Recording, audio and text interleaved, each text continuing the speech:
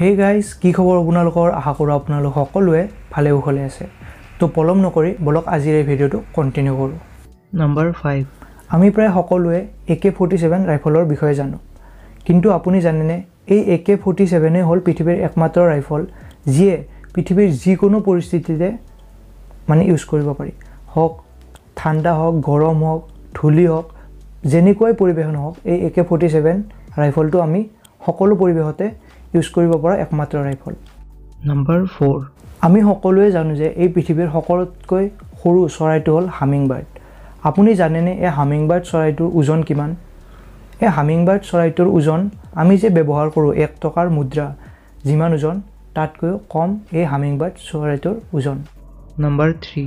আপুনি জানেনে আমি বাস কৰা এই ভাৰতবৰ্ষখনৰ সীমান্তই কিমানখন দেশক চুই গৈছে আমি বাস কৰা এই ভাৰতবৰ্ষখনে 7খন দেশক চুই গৈছে চীন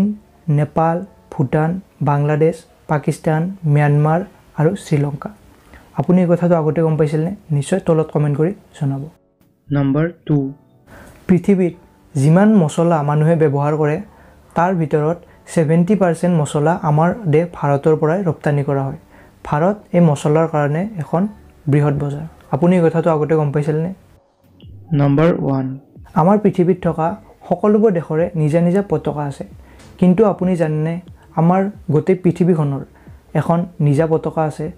আপুনি স্ক্ৰিনত দেখি থকা এই পতাকাখন হল আমাৰ পৃথিৱীৰ পতাকা সো আজিৰ এই ভিডিওটোত এইখিনিয়ে যদি ভিডিওটো চাই ভাল লাগিল নিশ্চয় ভিডিওটো লাইক কৰিব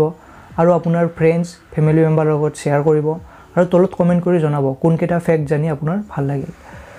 আৰু যদি আপুনি প্ৰথমবাৰৰ কাৰণে মোৰ চেনেলটো ভিজিট কৰিছে সো প্লিজ চেনেলটো সাবস্ক্ৰাইব কৰিব আৰু কাষত থকা বেল আইকনটো প্ৰেছ কৰিব নাপাহৰিব তো আকৌ লগ পাম এটা নতুন ভিডিওৰ লগত নতুন টপিকৰ লগত তেতিয়ালৈ বাই বাই